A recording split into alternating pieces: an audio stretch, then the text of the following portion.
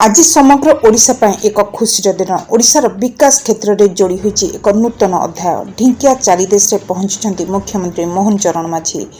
ବିଶାଳ ଜନସମାବେଶରେ ଜେଏସଡବ୍ଲ୍ୟୁ ଷ୍ଟିଲର ସମନ୍ୱିତ ଇସ୍ପାତ କାରଖାନା ଉଦ୍ଘାଟନ କରି ଓଡ଼ିଶାର ଶିଳ୍ପ ଜଗତରେ ଏକ ନୂତନ ଉଦାହରଣ ସୃଷ୍ଟି କରିଛନ୍ତି ମୁଖ୍ୟମନ୍ତ୍ରୀ ମୋହନ ଚରଣ ମାଝୀ।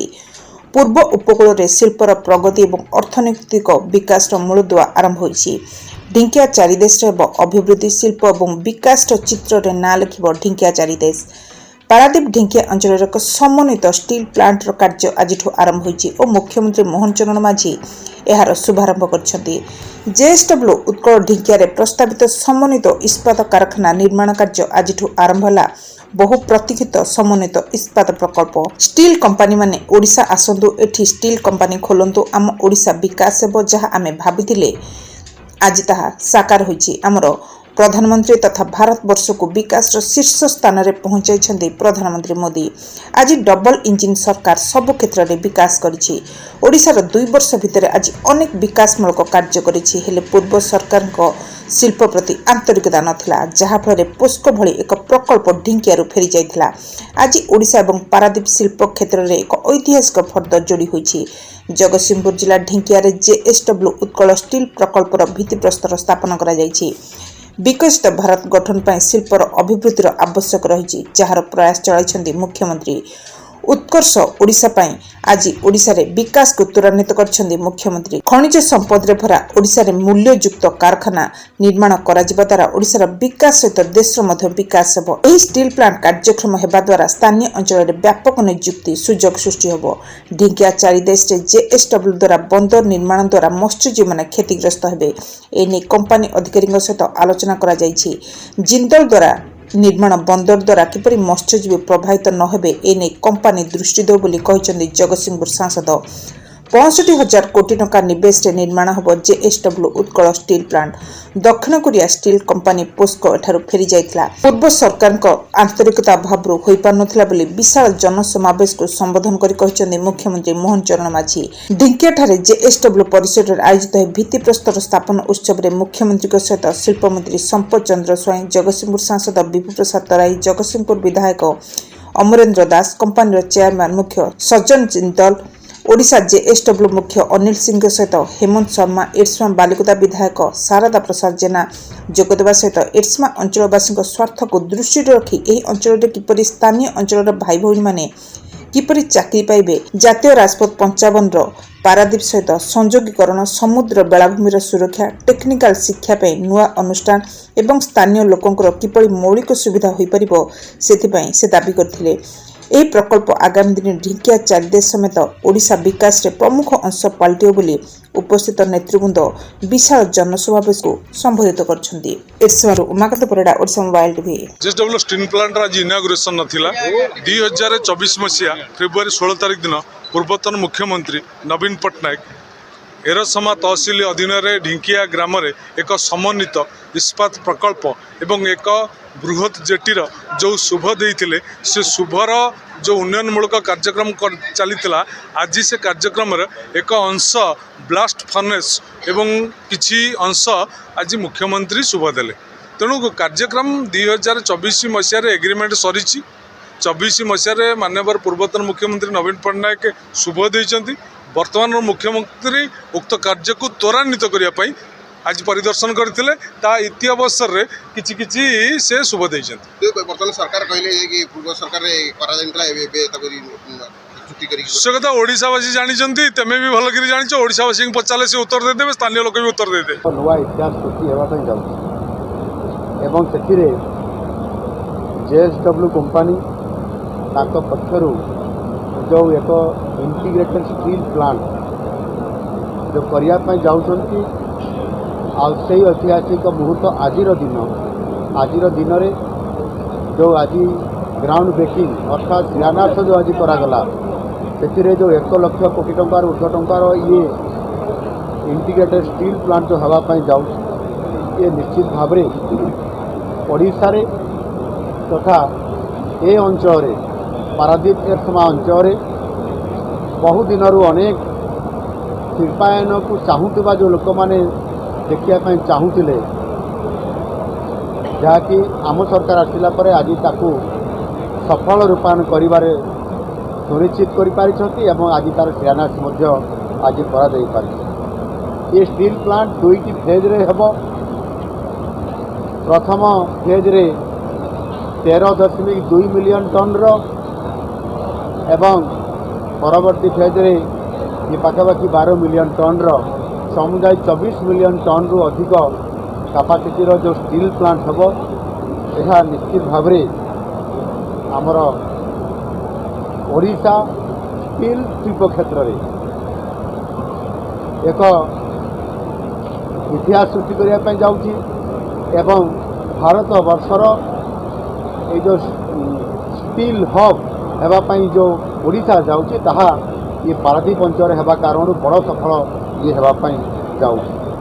ଆଜି ଯେଉଁ ଆମେ ତାର ଶିଳାନ୍ୟାସ କଲୁ ସେଥିରେ ଆଉ ଗୋଟିଏ ମଧ୍ୟ ଏଠି ସିମେଣ୍ଟ ଫ୍ୟାକ୍ଟ୍ରି ହେବା ପାଇଁ ଯୋଜନା ହେଇଛି, ଯେଉଁଥିରେ କି 12 ମିଲିୟନ ଟନ୍ର ପ୍ରଡକ୍ସନ୍ ହେବ ଏବଂ ଏଠି ତାଙ୍କର କ୍ୟାପ୍ଟିଭ୍ ପାୱାର ମଧ୍ୟ ସେମାନେ ପ୍ରଡକ୍ସନ୍ କରିବେ, ଯେଉଁଥିରେ ଆପଣଙ୍କର 900 ମେଗାୱାଟ୍ର ଗୋଟିଏ ଜେଟି ମଧ୍ୟ ହେବା ପାଇଁ ଯାଉଛି, ଯେଉଁଥିରେ କି ସମସ୍ତ ଯେଉଁ ପ୍ରଡକ୍ସନ୍ ବା ଫିନିଶ୍ ପ୍ରଡ଼କ୍ଟକୁ ଯେତେବେଳେ ୟାକୁ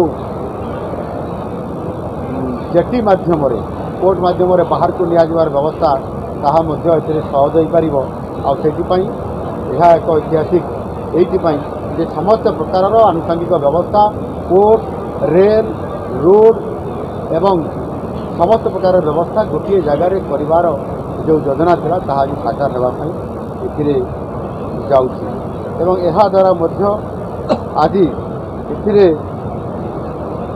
ବହୁତ ବଡ଼ ନିଯୁକ୍ତିର ସୁଯୋଗ ସୃଷ୍ଟି ହେବାର ଗୋଟିଏ ମଧ୍ୟ ଆଜି ସମ୍ଭାବନା ଆଜି ହେଇଛି, ଯେଉଁଥିରେ କି ଆଜିର ଦିନରେ ଏଠି ହଜାର ହଜାର ସଂଖ୍ୟାରେ ଅର୍ଥାତ୍ ପାଖାପାଖି ଯେତେବେଳେ ଏ ପ୍ଲାଣ୍ଟ ସମ୍ପୂର୍ଣ୍ଣ ସମାପ୍ତ ହେବ 32,000ରୁ ଅଧିକ ଯୁବକ ଯୁବତୀ ଟେକ୍ନିକାଲ ନନ୍ ଟେକ୍ନିକାଲ ସମସ୍ତ ପ୍ରକାରର ଏ ସୁବିଧା ଏବଂ ଏ ଜବ୍ ଏମ୍ପ୍ଲୟି ତାଙ୍କ ପାଇଁ ଇଏ ହେବ ଏବଂ down stream industry ancillary industry ମଧ୍ୟ ଏହା ସହିତ ଏ ଅଞ୍ଚଳକୁ ଯେଭଳି ଭାବରେ ଆସି ପହଞ୍ଚିବ ତାହା ନିଶ୍ଚିତ ଭାବେ ଏ ଅଞ୍ଚଳ ଅଧିକ ସମୃଦ୍ଧ ହେବ।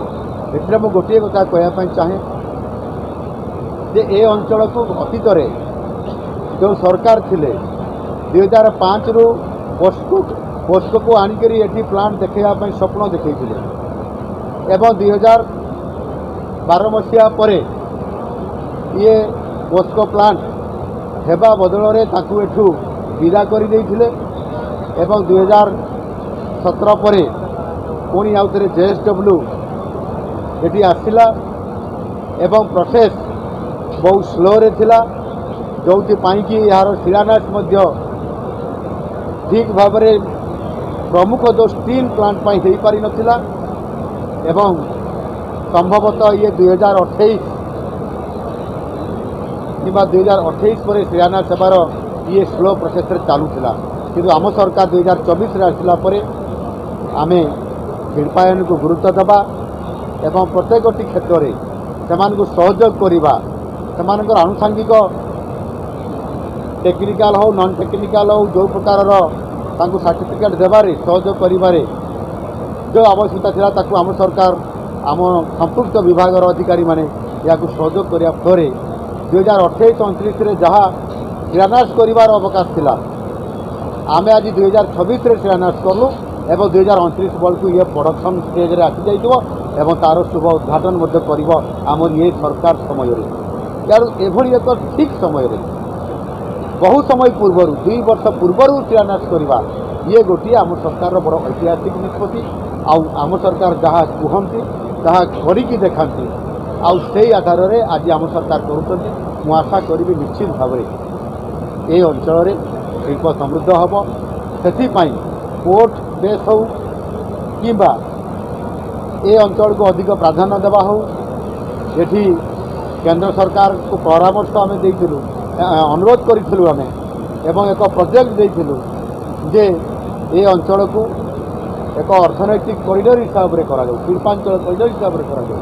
ଆଉ ସେଥିପାଇଁ BCPPER ଅର୍ଥାତ୍ ଭୁବନେଶ୍ୱର, କଟକ, ପୁରୀ ଏବଂ ପାରାଦୀପ ଇକୋନୋମିକ୍ କରିଡର ହିସାବରେ ଏହାକୁ ଗ୍ରହଣ କରିବା ପାଇଁ ସୌଭାଗ୍ୟର କଥା କେନ୍ଦ୍ର ସରକାର ଗ୍ରହଣ କରିଛନ୍ତି। ଏ ପ୍ରୋଜେକ୍ଟକୁ ଆପ୍ରୁଭ୍ କରିଛନ୍ତି ଏବଂ ଏ ଅଞ୍ଚଳ ଏକ ଶିଳ୍ପର କରିଡର ହିସାବରେ ଅର୍ଥନୈତିକ କରିଡର ହିସାବରେ ଗ୍ରହଣ କଲା ପରେ 5,000 କୋଟି ଟଙ୍କା ମଧ୍ୟ ଏହାର ଭିତ୍ତିଭୂମି ପାଇଁ ମଧ୍ୟ ଅର୍ଥର ଅନୁମୋଦନ କରିଛନ୍ତି। ଏଣୁ ଆଗାମୀ ଦିନରେ ନିଶ୍ଚିତ ଭାବରେ ଏ ଅଞ୍ଚଳ ଆମ ଓଡ଼ିଶାର ଅର୍ଥନୈତିକ ଅଭିବୃଦ୍ଧିକୁ ସଶକ୍ତ କରିବା ପାଇଁ ନୂଆ ଓଡ଼ିଶାକୁ ପ୍ରତିଷ୍ଠା କରିକି ଆଗକୁ ବଢ଼ାଇବା ପାଇଁ ଏବଂ ସମୃଦ୍ଧ ଓଡ଼ିଶା ତଥା ବିକଶିତ ଓଡ଼ିଶା ଏବଂ ବିକଶିତ ଭାରତ ଗଠନ କରିବାରେ ମୋଦିଜୀଙ୍କର ସ୍ୱପ୍ନକୁ ସାକାର କରିବା ପାଇଁ এই অঞ্চলের গোটিয়ে প্রমুখ ভূমিকা রহব। অর্থনৈতিক দৃষ্টিকোণରୁ শিল্পাঞ্চল দৃষ্টিকোণରୁ এবং সবু দৃষ্টিকোণରୁ আগামী দিনের এই অঞ্চলের শিক্ষা পাই টেকনিকাল শিক্ষা পাই মেডিকাল স্বাস্থ্য পাই এবং আপনার আবশ্যকতা যে সেবা পাই মধ্য আম সরকার প্রস্তুত অনেক এটিকার অঞ্চল লোক মানুষ সাহায্য করা সেপাই আম সরকার জগতসিংহপুর জেলাকে গুরুত্ব দিয়েছেন। এটি यूनिवर्सिटी आमे घोषणा करूँ मेडिकल कॉलेज घोषणा करूँ किसी दिन पर पुनर्बार आउे मुझे तार शिलान्यास करी एवं ता सहित सरकारी इंजीनियरिंग कॉलेज या करने एवं सर्वोपरि पारादीप अंचल जो पेट्रोकेमिकल आसो द्वारा जो ये 60,000 कोटी टकर आउ गोटे बड़ प्रकल्प हाँपाई जाऊँगी ताहा ए अंचल खूब शीघ्र ये कमगुड़िक सब आरंभ होगापी जाऊँगी आ सहित महानदी मुहाण आपंकर जो शिप बिल्डिंग और रिपेयरिंग होगापी जाऊँगी से केंद्र सरकार 25,000 कोटी टकर अनुमोदन करने कारण शिल्प दृष्टिकोण अर्थनैतिक कॉरिडोर हिसाब से जो गुरुत्वपूर्ण भूमिका ये ग्रहण करुच्ची ये जगतसिंहपुर जिला ये पारादीप एरसमा अंचल निश्चित भाव में केवल ओडिशार नुह भारत वर्षे एक अर्थनैतिक कॉरिडोर हिसाब से स्वतंत्रता नवा सहित ओडिशा को समृद्धि क्षेत्र में एक भारत वर्षे ओडिशा को श्रेष्ठ राज्य में पहुँच कर समृद्ध राज्य में पहुँच कर निसंदेह एवं आम सरकार सुनिश्चित करेंगे। धन्यवाद।